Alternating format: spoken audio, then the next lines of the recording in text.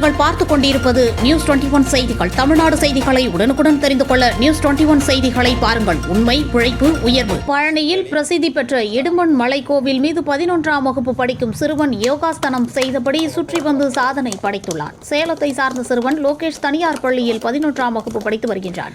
கடந்த 6 ஆண்டுகளாக யோகா பயிற்சி எடுத்து வரும் லோகேஷ் உலக சாதனை படைக்க வேண்டும் என்ற முயற்சியிலும் ஈடுபட்டுள்ளார். இதனையடுத்து பழனியில் உள்ள இடுமன் மலை மீது உள்ள கோவிலின் வெளிப்பிரகாரத்தை 250 மீட்டர் தூரம் உடலை வில்லாக வளைத்து சக்கராசனம் மற்றும் பாதகாஸ்தாசனம் செய்தபடி சுற்றி வந்து சாதனை படைத்துள்ளார்.